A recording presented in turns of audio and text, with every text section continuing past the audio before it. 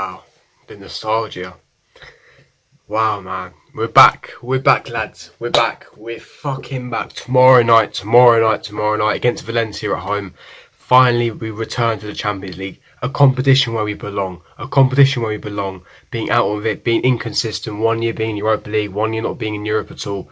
But finally, we're back in the Champions League. A competition where we belong. And I'm so excited. The music, man, the music.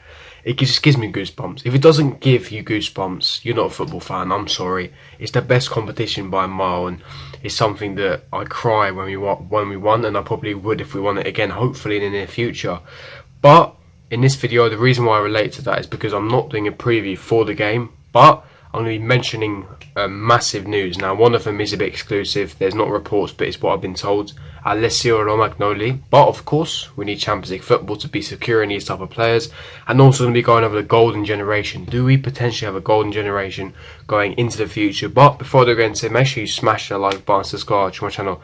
If you're not here, make sure you hit the like button. Hit the bell notification so you're notified for every time I do upload, and comment down below your thoughts and opinions on the story that I do talk about, and if you agree with me on the golden generation and the top talented youth players that we do possess in this squad.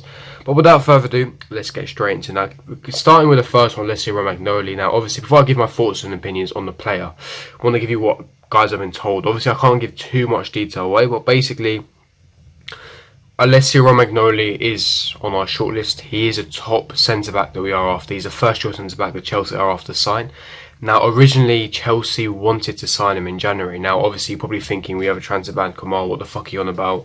We can't sign anyone. It's BS. However, we are due to have a hearing from CAS in around October time. So that's about in a month's time. Now, basically, we obviously don't know the outcome yet. However, the board, I've been told, are confident that they will be able to turn CAS over, and that with Man City basically escaping a transfer ban, this will help their appeal, and that it is likely that we will be able to get CAS turned over. Now, there is no guarantee that CAS turn over. We could still be banned in January 100%, but with Man City escaping their ban, it's looking much more likely that potentially, maybe, just maybe, we could be signing in January. If that's the case, Alessio Romagnoli is the first choice centre-back target that Chelsea are looking for. Obviously, we've shipped in 11 goals this season, the most by any other Premier League team, and he is our first choice centre-back. Now, the rumoured valuation is obviously 65 to 80 million pounds. Now, very, astronomical figures. Obviously, we know AC Milan have financial fair play issues. They need the money. Their owners, they've got Chinese owners, slightly bankrupt, and they have a lot of problems with FPP, financial FFP. So it's something where they will take the money, but because it's a January window, if we did try and attempt to sign them in January, it will rise with the guaranteed add-ons. Now, I was told if Chelsea do attempt to sign Romagnoli in January, instead of it being 65 to 70 million, there will be significant add-ons which will rise to 100 million pounds, which Chelsea want to avoid at all costs. So I've been told that it's likely that if we did ever sign Romagnoli, and if the deal ever materialised, it'd be more realistic that we did sign Romagnoli in the summer window. That would be a more realistic option, and it would be able to sign him for around 65 70 million pound offer. Like I said, AC Milan had a lot of FFP issues. They need the cash here, the money, due to their bankrupt Chinese owners. Romagnoli as well wouldn't go cheap. Number one, we know about the inflated market. Number two, Alessio Romagnoli, he's by far their best centre-back. He's captain of AC Milan. He wears AC Milan on his sleeve. He was an AC Milan fanboy. He's one of the best centre-backs in Italy, and he's a world-class ball-playing centre-back. He can play the ball at his feet, perfect for a Lampard system, perfect for this type of style of play that we like to play. Very aggressive. He brings out leadership skills, gives me that John Terry vibes of, captain, leadership skills. He's not slow as well, strong, physical build, perfect for the Premier League. Ball-playing centre-back, very good in the air as well, and I think he'd be a perfect addition. Like I said, it's not going to come at a cheap price. He will be expensive. We have to admit that. However, like I said, a January move is on the cards if we do get overturned, but it will be unlikely. But don't be surprised if we did sign him in January. Like I said, it is possible. However, the price will be too much. There's no guarantee that we might even get CAS to turn it over yet. So if it did happen, it would be in the summer. Now, obviously, getting into that, my thoughts, opinions, like I said, he's a fantastic player, world-class potential, very, very young, fantastic on the ball, playing in the back, suits the system, can play in the back three, can play in the back two, brings those leadership skills that we lack at times to centre-back. We know Christensen is not a leader.